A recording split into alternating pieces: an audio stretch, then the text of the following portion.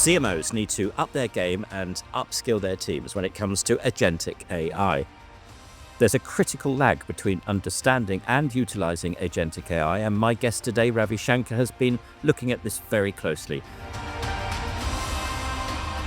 Ravi, welcome. Great to see you again. How are you? I'm good, Chris. I'm happy to be here. So let's just dive straight in, because I'm guessing you mix in circles of other CMOs, and I'm just curious to know your assessment of the adoption of AI or agentic AI, and do they know the difference? What's the general rule of thumb out there? Well, the adoption is actually lagging a little bit, I should say. There are three things that are actually leading from the AI perspective. One is the investment, the second one is the innovation, and the third thing is the hype. These things are running ahead of the adoption. I would say probably about 25% of the people, when it comes to generative AI, they're adopting it maybe once a week or so, or maybe even more frequently. But the total overall adoption, what I have kind of seen is people about 10% of the people using it on a daily basis. So they are not very actively using AI. And now it comes to agentic AI, that awareness is even low. That percentage is probably in the single digits, I would presume. And it has a long way to go. It has a very promising potential, and people should adopt and learn and use it to be more effective. Do they generally get the difference? Because obviously AI, agentic AI, AGI, the former has been here in the marketing realm for some considerable time. It is agentic AI that is where the breakthroughs are now happening. That is correct. I don't think there is a lot of awareness about it. There are some people who are educated that when it comes to the agentic AI, it is more autonomous. They are still treating it like the generative AI, where it is more conversational. That is the way they are still treating the agentic AI. But the promise is in the autonomous capability of it. And I think that education needs to still happen. And that's the interesting point, the autonomous aspect of it, because I was reading myself the other day, and also before coming on to this discussion, that agentic AI is going to be able to plan, execute, and optimize marketing campaigns without humans in the future. What does that mean for the role of the CMO? It actually means blending both the workforce with the agentic AI. So the way I kind of see it is, once the agents are embedded within the marketing team, you need to think about it from three different ways. Areas where the humans will basically lead a lot of the functional processes. Such as, which ones would they be? Though would be related to, for example, all the anything related to the branding side, all the creativity, coming up with the concept, all those things you cannot outsource to an AI. AI is something that can take and that can act, but it cannot really create something new. So that creativity still has to stay within the marketing team. The other two are primarily like ones that are business processes that are enriched by AI. So humans and AI work side by side in order to accomplish them. And examples of those could be, for example, on the content side. So you use AI to produce the content that is actually needed. And the third thing is where it is purely AI driven. Humans are not there. They have given the instruction to the AI agents, and the agents are running independent, autonomously trying to do it.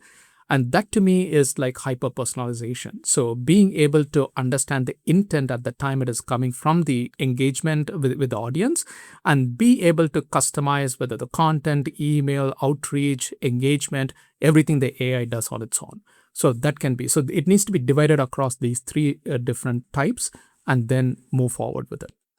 So let's just describe this. What does the future marketing team look like? What people, humans, do you need? What role will the CMO play in particular? I'm guessing as the conductor of this orchestra, but tell me more about the structure of the team. It's less about who does what, but it really comes down to the business processes within the marketing. We have really end-to-end business processes that cut all the way from creating the plans, being able to execute the plans, and tracking the plans, and so on. So in all these cases, it requires these two the human and the AI agents coming together and working together. And that's where the CMO should be seen more of, as you mentioned, a conductor of an orchestra, to be able to orchestrate how the humans kind of work. What are the processes where humans can really excel, the ones in which AI can excel, and together, how do we complete the task in a much more timely fashion and then be able to automate and produce the results? Because there are certain processes that are really heavy lifting. in terms of a campaign creation and evolution, execution, especially when it relates to content, different types of persona, different types of industries, different types of buyer journey. It and the languages can complicate things, and it requires humans to do all these things. It takes a lot of time. AI can really act really very fast, and the agents, once you kind of program them and provide this, they can actually go about doing this without the humans much more faster, and that way together we deliver things, the results much more faster. Now, I know you're from the tech sphere. You're pretty savvy on AI and agentic AI because I know you're passionate about it.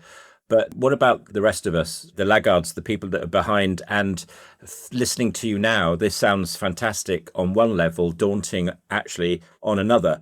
And what guidance would you give to the CMO who needs to embark, those ones that you described earlier as the ones who are lagging behind? Where do they start? How do they keep up? How do they avoid falling behind?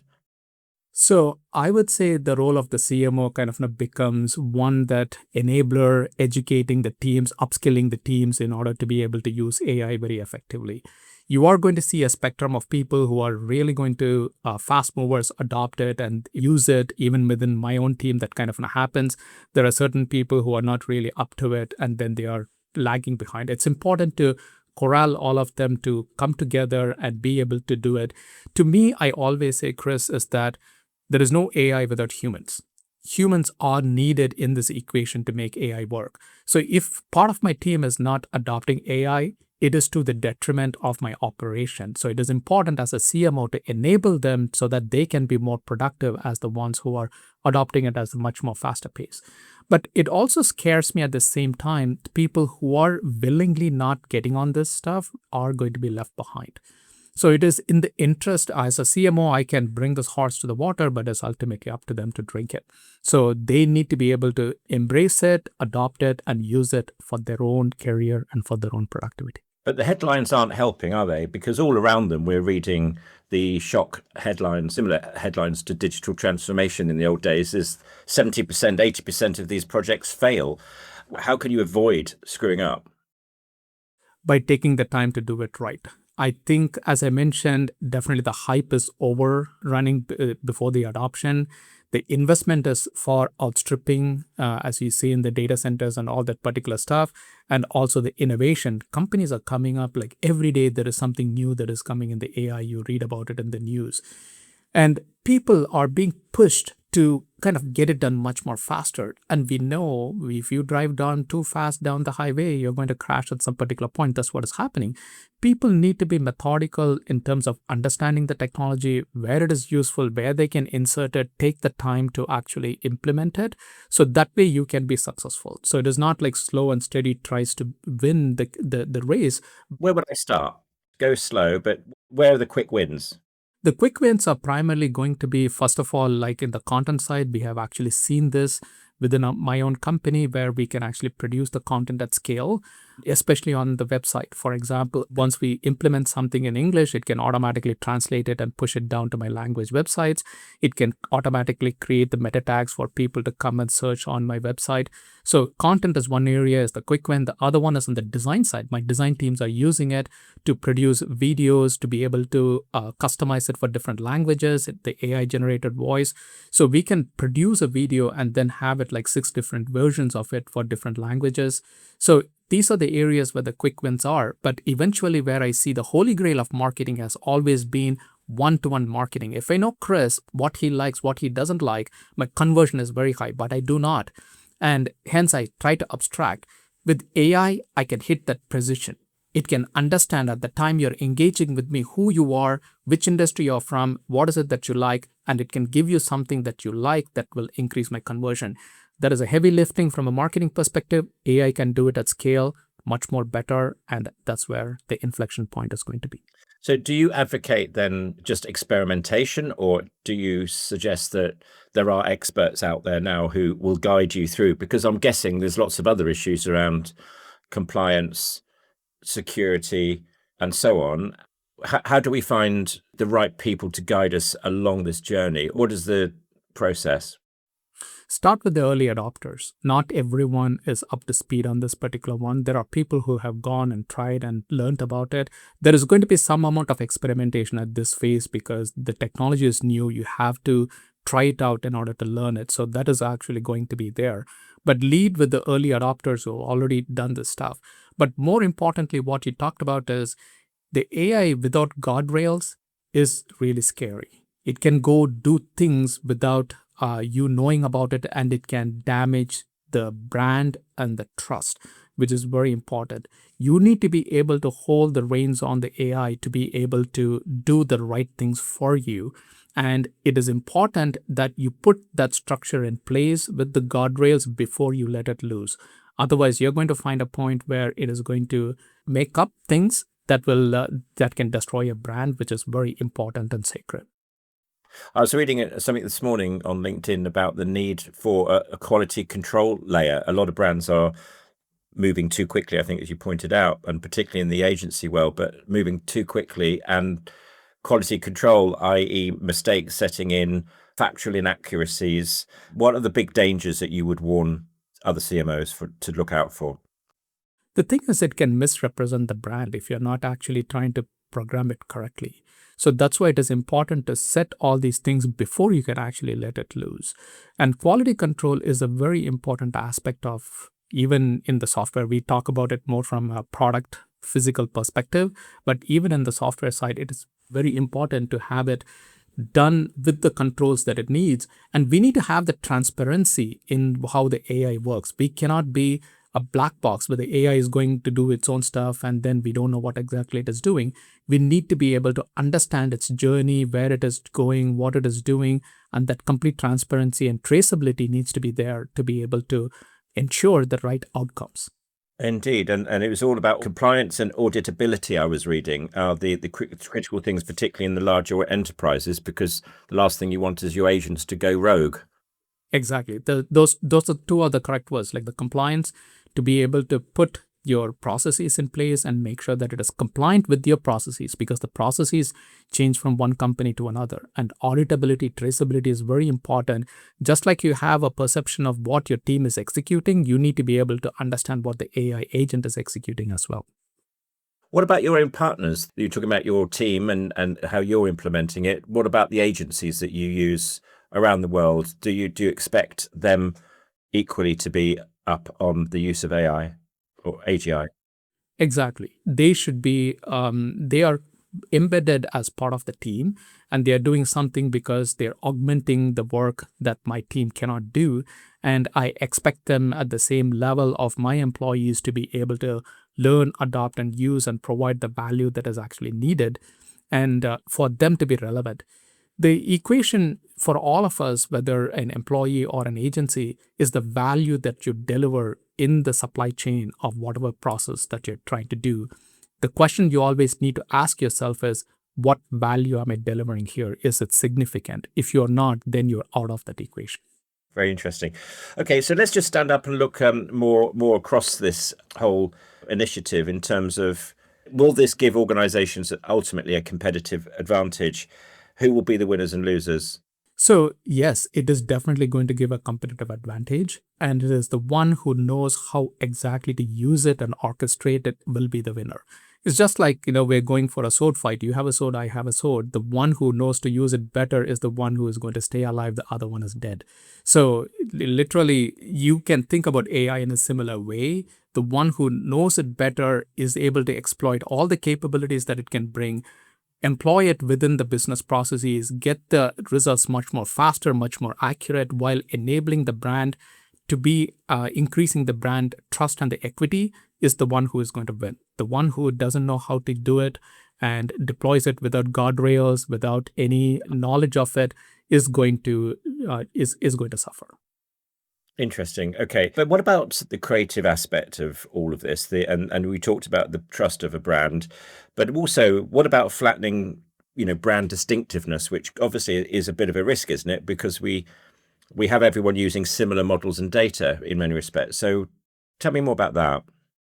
No, I don't see that as a way, like even if you use the same AI, I use the same AI, it is going to come out with the same particular answer.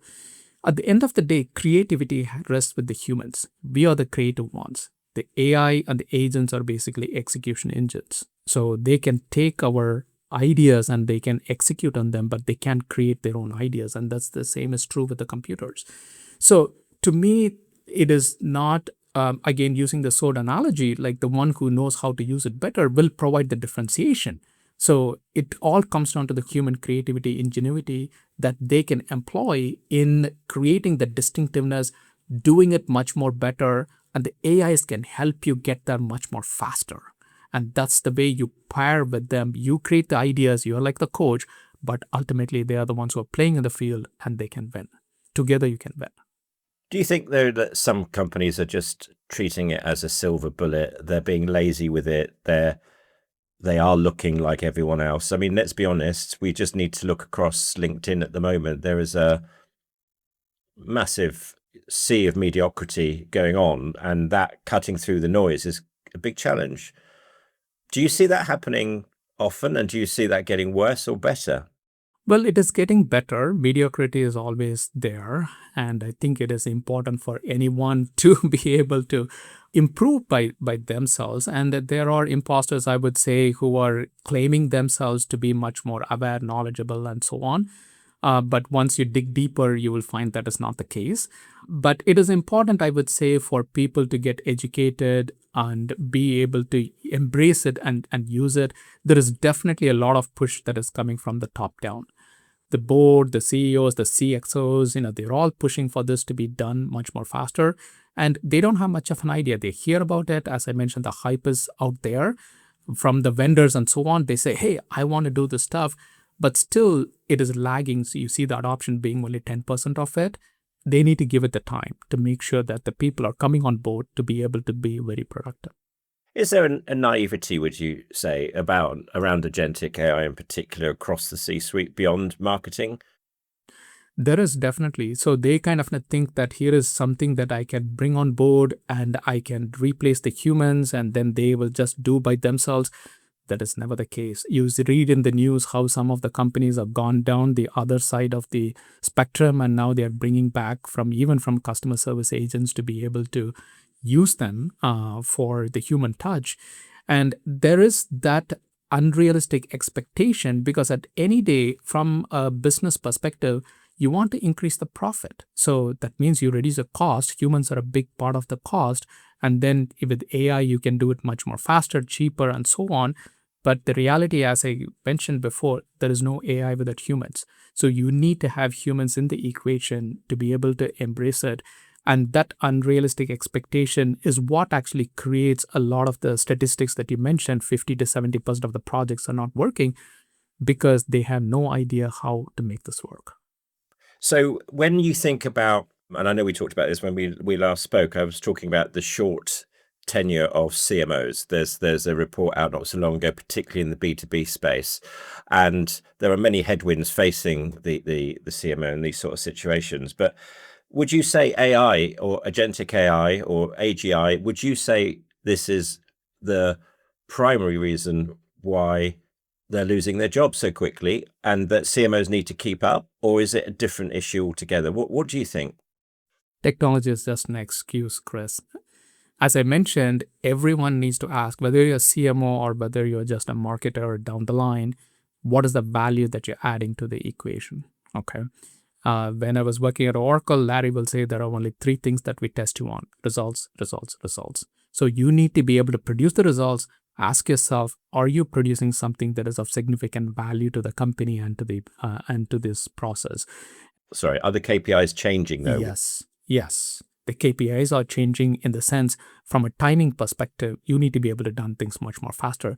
If I'm launching a campaign today, without the AI, I will probably give you 2-3 months. But with the AI, I'm going to expect that to come back within a month or so. What other headwinds do you think are CMOs facing beyond AI, the big challenges that everyone is facing? The biggest headwind, I would say, is basically the education. There is so much, as I mentioned, the innovation that is going on out there. There are so many vendors. You have to be able to differentiate what is truly AI and what is not. Everybody's whitewashing AI. Before we would go to a data conference, now it is called the Data and AI Conference. A vendor that was out there for the last 5+ years, even before AI came into force, now they call all their wares as AI native stuff, which is not the case. So CMOs need to be able to educate themselves in addition to the execution and be the leaders who can actually impart this knowledge to the team and bring them up to speed. You cannot rely on your team to do the work for you. You need to be in the front, leading the crowd, understanding it, and imparting that knowledge and bringing the team along with you. It shouldn't be the other way around. Excellent. And just one final question. I'm guessing when you were a little boy, Ravi, you didn't say, when I grow up, I want to be a CMO. What did you want to be and how did you end up here? So growing up, I always wanted to be an astronaut. So to me, like the idea of exploration was very important for me. And I developed a sense of curiosity and how to understand things they kind of work. But reality hit when I got closer to the college. At that time, computer science was really fascinating. It was kind of coming into this modern world. And I saw that as this modern version of the space exploration. So I went down the computer science, became a developer at first, but then it evolved from me. It was not just how the technology worked. I wanted to understand how people choose it, why they adopted it, and how the businesses scale it. So with that, I did my MBA, switched over to the business side, and became the marketing side. Now I kind of understand how this journey has kind of evolved. For me, I did not quite make it to space, but I landed as the CMO doing the marketing, and I still enjoy doing some of the innovative works in this frontier. Excellent. And you work with a technology company now. Just quickly describe who that is and what they do in a sentence. What's your North Star? So Denodo is a leader in the data management space. Our North Star is called something data virtualization, which is the ability, or logical data management, which is the ability to bring together the data from the different systems into a unified version without having to physically move the data into another repository. That increases the speed, it does with the fewer resources, and it is less expensive. Excellent. Thank you for that. Ravi, thank you so much for your time today. I've really enjoyed talking to you. And is there anything that we should have said that we haven't, that we've missed? No, I think you covered it all. I really enjoyed this conversation over here. And so my final thing is that really get educated on the AI side, bring along the people in your team, because as I say, humans are needed for the AI to basically work, and keep it in control. Don't get ahead of it, and that can tip you over. So make sure you put the guardrails in place, make sure that there is a good control of the AI before you can actually start letting it loose. Great advice. Thank you for wrapping that up. Ravi, so long. Thank you so much for your time. See you again soon. See you, Chris. I was really enjoyed this conversation. That wraps up another episode of CMO Unplugged. Thank you, Ravi, for being so awesome, and thank you, listeners, for tuning in. You'd be doing me and the algorithm a huge favor by pressing the subscribe button, and if there's a talented or outspoken CMO you'd like on the show, please message me directly. My name is Chris Hewitt at CMO Unplugged. Thank you for listening.